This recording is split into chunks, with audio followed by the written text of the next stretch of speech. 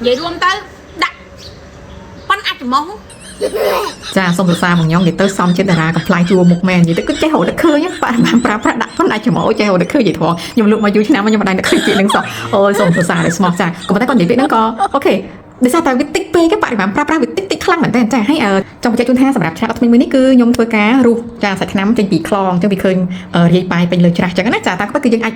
យកតាមមកចុចខាងមុខនេះក៏បានដែរក៏ប៉ុន្តែត្រឡប់ខ្ញុំគឺខ្ញុំរុះយកមកអញ្ចឹងទៅវាជាប់ពេញច្រាស់អញ្ចឹងតែម្ដងចាក៏ប៉ុន្តែអានេះឃើញសាច់ថ្នាំមូនេះគឺដោយសារតែយើងច្បាច់ចេញមកពីទីបចាណាអញ្ចឹងពីមុនដែលយើងយកមកពីថៃលក់ហ្នឹងគឺមានឈ្មោះថាបាយផូខាណោះចាដែលមានតែមួយប្រភេទទេគឺប្រភេទខ្លងក៏ប៉ុន្តែឥឡូវនេះគឺបន្ទាប់ពីបានធ្វើការផ្លាស់ប្ដូររោងចក្រមកផលិតនៅក្នុងប្រទេសកម្ពុជារបស់យើងវិញអញ្ចឹងគឺយើងមានពីរជំរើសដោយសារតែរោងចក្រនៅក្នុងស្រុកគឺគាត់អាចធ្វើសាច់ថ្នាំបានពីរប្រភេទណាបានទាំងទីបបានទាំងខ្លងអញ្ចឹងគឺខាងខ្ញុំសម្រាប់ការចេញលក់ទាំងពីរតែម្ដងទៅតែក៏ពិតដែលលក់មកតាំងពី2017ហ្នឹងគឺមានតែមួយប្រភេទទេគឺប្រភេទខ្លងចាមានឈ្មោះថាបាយផូខានឹងឯងចាអញ្ចឹងឥឡូវនេះសូមពុកម៉ែបងប្អូនប្រើប្រាស់ដោយមានមោទនភាពដោយសារតែយើងគឺផលិតនៅក្នុងប្រទេសរបស់យើងវិញហើយចាប្រើឱសថបុរាណរបស់ខ្មែរយើងហើយរោងចក្ររបស់យើងមានសមត្ថភាពបង្កើតសាច់ថ្នាំបានទាំងពីរប្រភេទបានទាំងប្រភេទទីបបានទាំងប្រភេទខ្លងពីរនេះគឺរូបមន្តសារធាតុផ្សំគឺតែមួយទេណាខុសតែសាច់ថ្នាំដោយសារតែសាច់ថ្នាំប្រភេទទីបអាចដាក់ខ្លងបានសាច់ថ្នាំប្រភេទខ្លងក៏អាចដាក់ទីបបានដែរអញ្ចឹងគឺមានពីរជម្រើសតាមបេះដូងពុកម៉ែបងប្អូនស្រឡាញ់ខ្លងប្រើខ្លងស្រឡាញ់ទីបប្រើទីបចាហើយសម្រាប់បរិមាណក្នុងការប្រើប្រាស់គឺដូចគ្នាចាតិចប៉ុនក្របសណ្ដែកដូចគ្នាចាណាបងខ្ញុំគាត់ថាប៉ុនអាចចំហអូខេចាណាអញ្ចឹងអានេះគឺមូនេះចេញច្បាច់ចេញពីទីបអានេះដែលឃើញសាច់ថ្នាំជាប់ជាមួយនឹងច្រាសដល់ថ្មីនេះគឺ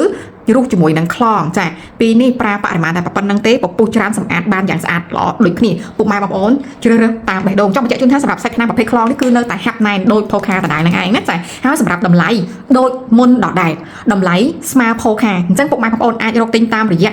បងប្អូនតំណាងចែកចាយបន្តដែលពុកម៉ែបងប្អូនធ្លាប់ទិញផូខាជាមួយនឹងគាត់ណាចាហើយសម្រាប់ការរកទិញនៅលើបណ្ដាទីផ្សារពុកម៉ែបងប្អូនអាចដើររកទិញតាមរយៈបងប្អូនអាជីវករដែលពុកម៉ែបងប្អូនធ្លាប់ទិញផូខាជាមួយនឹងគាត់ចង់បញ្ជាក់ជូនថាតម្លៃនៅដដែលកុំបារម្ភកុំគិតថាផលិតនៅក្នុងស្រុកថ្លៃជាងមុនអីអត់ទេចាតម្លៃនៅដដែលចាពុកម៉ែបងប្អូនអាចទិញតាមរយៈបងញ៉ុងក៏បានដែរចាអរគុណច្រើន